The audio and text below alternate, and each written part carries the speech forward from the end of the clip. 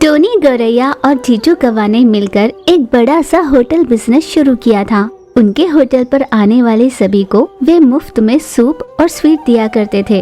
वो बहुत स्वादिष्ट हुआ करता था, इसलिए कई पक्षियाँ उनका स्वाद लेने वहाँ आया करते थे। इतना स्वादिष्ट खाना हमने पहले कभी नहीं खाया, यूँ उनके खाने की तारीफ किया करते। इस तरह उन दोनों दोस्तों ने मिलकर खूब सारे पैसे कमाए थे। पर उन दोनों की कमाई को देख ये दोनों इसमें बहुत पैसे कमा रहे हैं। मेरे पार्टनरशिप की बात करने पर इन दोनों ने मना कर दिया, पर मैं भी हार नहीं मानूंगी। किसी भी तरह इनकी पार्टनर बनूंगी या इस होटल की मालकिन बनूंगी। ऐसे नीच ख्याल अपने अंदर लाया करती। उसने धीरे धीरे चीचू कौवा से मेल मिलाप बढ़ाया। दोस्त, तुम मेरी बहुत अच्छी दोस्त बन गई हो। औरत जात होने पर भी तुमने स्वयं कृषि से अपना होटल जमाया। तुम्हारी बहुत सराहना करते हैं, पर समझ में नहीं आता तुम्हारे साथ वो टोनी क्या कर रही है। सारे काम तो तुम ही संभाल लेती हो और वो ऐंठ कर मालकिन की तरह घूमती रहती है। क्या तुम उसके हाथ के नीचे नौकरानी हो? ये बात मुझे खटकती बहुत है। जब तुम दोनों बराबरी के हिस्सेदार हो तो भला तुम्हारा रुबाब भी एक जैसा होना चाहिए ना। पर वो है कि मालकिन की तरह अपनी ही चलाती रहती है। जब मही चिल यूं बात कर रही थी, टोनी गौरैया वहाँ पर पहुँची। मही, हम दोनों के बीच झगड़ा लगाना चाहती हो? क्या तुम जानती भी हो तुम क्या कहे जा रही हो? बेहतर होगा तुम अपने काम से मतलब रखा करो। तुम्हें यहाँ आने देना ही बहुत बड़ी बात है। दोस्त, वो मुझे इतना कुछ कहे जा रही है और तुम चुप हो? हाँ, क्यों नहीं होंगी। वैसे भी तुम दोनों ही सच्चे दोस्त हो ना। भलाई का तो जमाना ही नहीं रहा। ऐसी बात नहीं है दोस्त। चीचू कुछ कहने ही वाली थी, उसे अनसुना कर वहाँ से चली गई तो भला टली समझो। ऐसों की बातों पर हमें ध्यान नहीं देना चाहिए। ऐसों की वजह से ही अच्छे दोस्तों के बीच दरार आ जाती है। हमें ऐसे पक्षियों से दूर ही रहना चाहिए। इस पर कौवे ने कहा, जैसा तुम कहो दोस्त। उसके अगले दिन चीचू कौवा अपनी सहेली मही का इंतजार कर रही थी, पर बहुत देर तक मही वहाँ पर नहीं आई। मही अपने घर पर खुद से कहने लगी, मैं वहाँ पर हरगिज नहीं जाऊंगी। तभी मैंने जो सोचा वो होकर रहेगा। जिस दिन कौवा खुद मेरे पास आएगी तब वो होगा जो मैं चाहती हूँ, वरना मेरी सारी कोशिशों पर पानी फिर जाएगा। कुछ दिनों बाद चीचू कौवा अपनी सहेली मही को ढूंढने निकली। मही ने जैसे ही चीचू को देखा, बड़े दिनों बाद याद आई तुम्हें अपनी सहेली। ऐसी बात नहीं है दोस्त, मैंने सोचा कुछ था और उस दिन हुआ कुछ और। मैंने नहीं सोचा था कि वो इस तरह की बात करेगी। तुम्हारे ना आने पर मैं बहुत दुखी हूँ दोस्त, इसीलिए आज मैं खुद तुमसे मिलने आई हूँ। ये सब छोड़ दो, तुम दोनों बहुत अच्छे दोस्त हो ना। वैसे भी तुम दोनों के बीच मैं दरार पैदा कर रही हूँ, ऐसे टोनी ने कहा था ना। मुझे ऐसा कोई इल्जाम अपने सर नहीं लेना।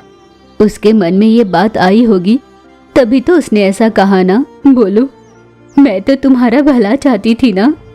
हाँ, मुझे भी ऐसा ही लगता है दोस्त। वो खाना बहुत अच्छा बनाती है, इसलिए मैंने उसे मैनेजर पोस्ट दिया है। अब वो मेरे सर चढ़कर बोलने लगी है। मुझे इस बात का बहुत दुख हो रहा है। तुमसे जो बातें उसने कही उसका भी मुझे खेद है, इसीलिए तो मैं आज तुमसे मिलने आई हूँ। मही चिल खुश होकर मन ही मन कहने लगी, अरे वाह, ये तो बिल्कुल वैसा ही हो रहा है जैसे मैंने सोचा था। धीरे धीरे चीचू के मन में टोनी के लिए द्वेष पैदा हो रहा है। हर दिन चीचू कौवा को अपने घर आने के लिए मही ने कहा। चीचू कौवा होटल में ना रहकर मही से मिलने जाया करती। एक दिन होटल पर वापस लौटी चीचू से टोनी ने कहा, दोस्त, तुम हर दिन कहाँ जा रही हो? यहाँ अकेले ही मुझसे होटल संभाल पाना मुश्किल हो रहा है। तुम्हें भी मेरी सहायता के लिए होना चाहिए ना। जब मेरा मन करेगा मैं आऊंगी और जब मन किया चली जाऊंगी। अगर तुमसे ये बर्दाश्त ना होता हो तो तुम यहाँ से जा सकती हो। दोस्त, ये तुम कैसी बातें कर रही हो? आखिर मैंने ऐसा क्या कह दिया? तुम्हें कुछ कहने की जरूरत ही नहीं है। आखिर हम दोनों के बीच झगड़े की कोई जरूरत ही नहीं। मुझे तुम्हारा यहाँ रहना अच्छा नहीं लगता। तुम यहाँ से चली जाओ। यूँ बातों बातों में बात बहुत आगे बढ़ गई। टोनी ने फिर भी विनम्रता से उसे समझाने की कोशिश की। उसने जोर से कहा, आखिर तुम यहाँ से जाती हो या नहीं, बताओ मुझे। मैं जब यहाँ पर वापस लौटूं तो तुम यहाँ पर नहीं दिखनी चाहिए। यूँ कठोरता से कहने पर टोनी ने उससे कहा, मैं चली जाऊंगी। चीचू कौवा तुरंत मही चील के पास पहुंची और उसे सारी बात बताई।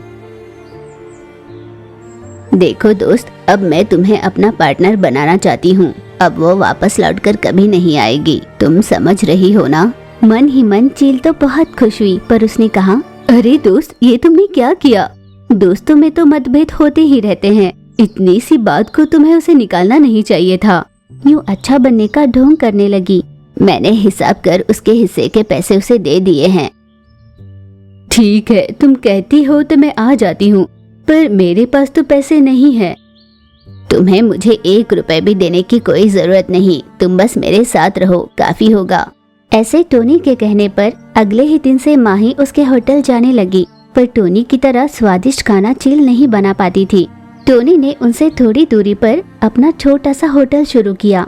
वहाँ पर कस्टमर्स की बहुत भीड़ रहा करती। इनके पास आए ग्राहकों में से छोटू तोता ने कहा, होटल का खाना बिल्कुल बेस्वाद था, यूं ही चलता रहा तो आपके होटल को खराब नाम मिलेगा। ग्राहक की बात सुन चीचू कौवा चिंता में आ गई।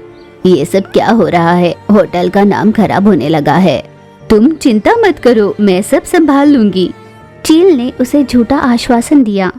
मही ने एक नए महाराज को अपॉइंट किया। उसके आने के बाद होटल का बिजनेस कुछ ठीक ही चला। कुछ दिन यूं ही बीते। धीरे धीरे मही ने उस होटल को अपने नाम कर लिया और चीचू कौवा से हर बात पर लड़ने लगी। अब और आगे नहीं बढ़ पाएगी ये बात। अब तुम यहाँ से जा सकती हो, मैं तुम्हें पार्टनरशिप नहीं दे सकती। मुझे निकालने वाली तुम होती कौन हो? अब ये होटल मेरे नाम है। ये कहकर चील ने कुछ कागजात बताए। दगा किया है तुमने मुझसे, मुझे बातों में फंसाकर। भड़की हुई चीचू उससे लड़ने लगी। मही चील ने अपने कुछ पक्षियों को कहकर चीचू कौवा की पिटाई करवाकर उसे बाहर कर दिया। रहने का कोई ठिकाना न होने के कारण चीचू कौवा उदास एक पेड़ पर बैठी थी। टोनी गौरैया ने सारी बात जान ली। टोनी ने बीती सारी बात भूलकर अपने दोस्त को वापस अपना लिया। उन दोनों ने मिलकर फिर से उस छोटे से होटल को चलाना शुरू किया।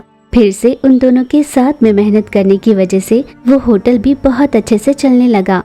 दोस्त, मैंने तुम्हें गलत सोचकर उस मही की बातों पर भरोसा किया, पर मैंने तुम्हारी उदारता को अच्छे से जान लिया है। उसने मुझे धोखा दिया, मुझे माफ कर दो मेरी दोस्त। यूं अपनी सहेली से माफी मांगने लगी। पिछली पूरी बातें मैं भूल चुकी हूँ दोस्त, अब हमें आगे की सोचनी चाहिए।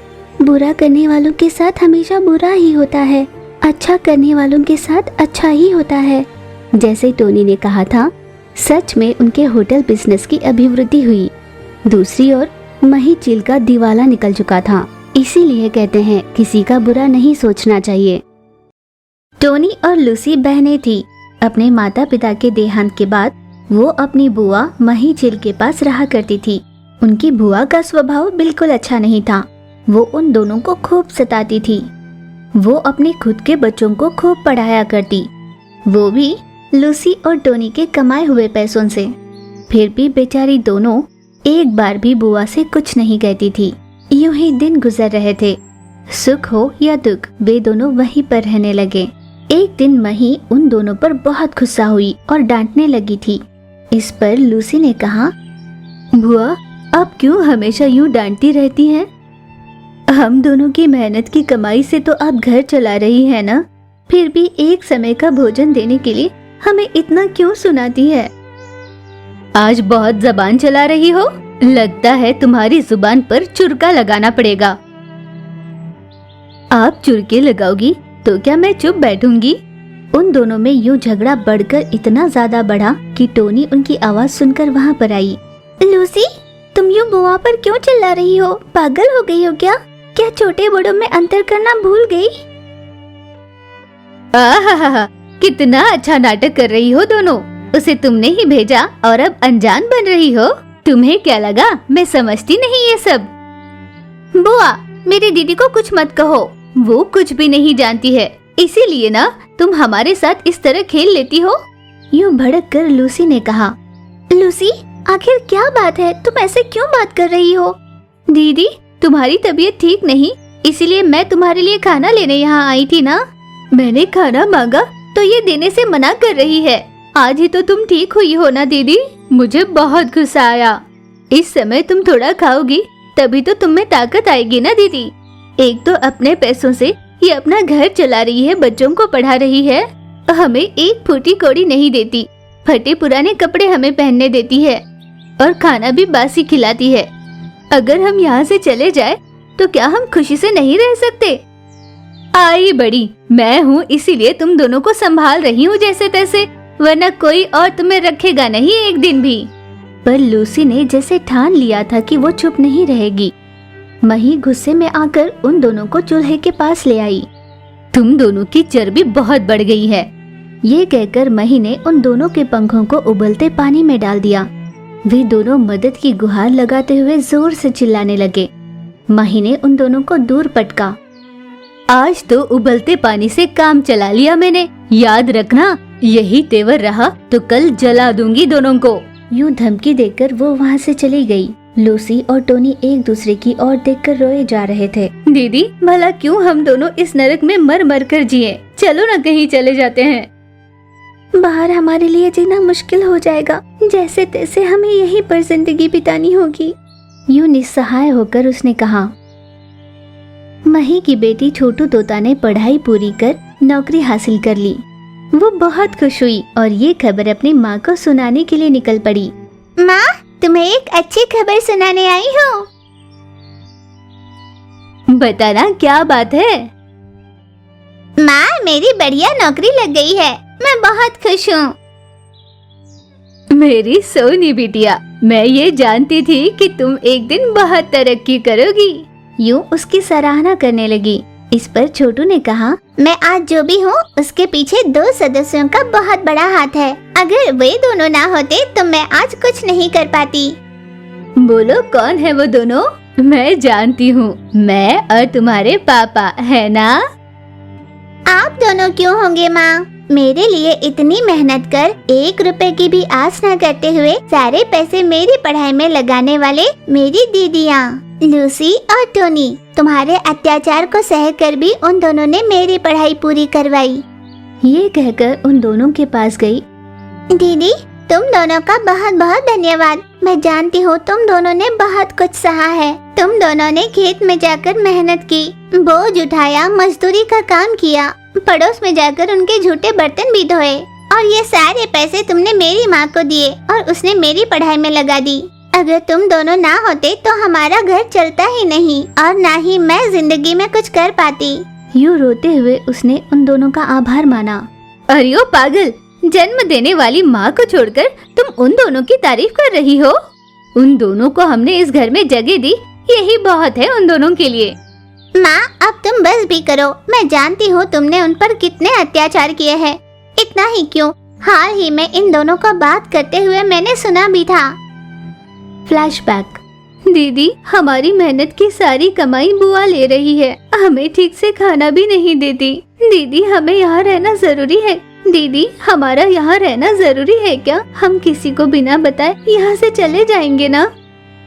बहना, हम यहाँ पर अपने लिए नहीं रह रहे। अपनी छोटू पढ़ाई कर रही है और वो हमारी ही मेहनत की कमाई से पढ़ पाती है। अगर हम इस तरह अचानक चले गए तो उसकी पढ़ाई आधे में रुक जाएगी। हम भले ही जिंदगी में पढ़ नहीं पाए, पर छोटू पढ़ रही है ना, इतना ही काफी है। हाँ दीदी, वो तो सही है, मगर छोटू भी बदल गई और हमारा ध्यान नहीं रखना चाहा तो? भगवान की दया से अगर उसे अच्छी नौकरी मिली तो तब तो हम चले जाएंगे ना। हाँ, हम ऐसा ही करेंगे। मैंने इन दोनों को यूँ बात करते हुए सुना। इतनी तकलीफ के बाद भी वे दोनों मेरे लिए यहाँ रहना चाहते थे। वे दोनों कैसे हैं और तुम कैसी हो, ये मैं अच्छे से जानती हूँ माँ। अपनी बेटी के यूँ कहने पर माँ कुछ न कह पाई। आज के बाद तुम दोनों को कोई तकलीफ नहीं होगी। मैं तुम दोनों का खूब ख्याल रखूंगी। आज के बाद माँ तुम्हें एक शब्द भी नहीं कहेगी। ये जानकर उन दोनों को बहुत खुशी हुई। हाँ छोटू, लेकिन हमारी एक इच्छा है, हम भी पढ़ना चाहते हैं, क्या तुम हमें पढ़ाओगी? छोटू ने खुशी खुशी हामी भरी। उस दिन से छोटू नौकरी से घर लौट कर आने के बाद दोनों को खूब पढ़ाया करती। वे दोनों पढ़ाई करते करते घर के काम भी करते थे। इतने अच्छाई के बाद भी बुआ का मन नहीं बदला। फिर भी वे दोनों इस बात को अनदेखा कर अपनी जिंदगी में खुशी से रहने लगे। वे दोनों इसी आस में थे कि कभी न कभी उनकी बुआ बदल जाएगी और उन दोनों को प्यार करने लगेगी। हम भी प्रार्थना करते हैं कि उनकी ये आशा पूरी हो।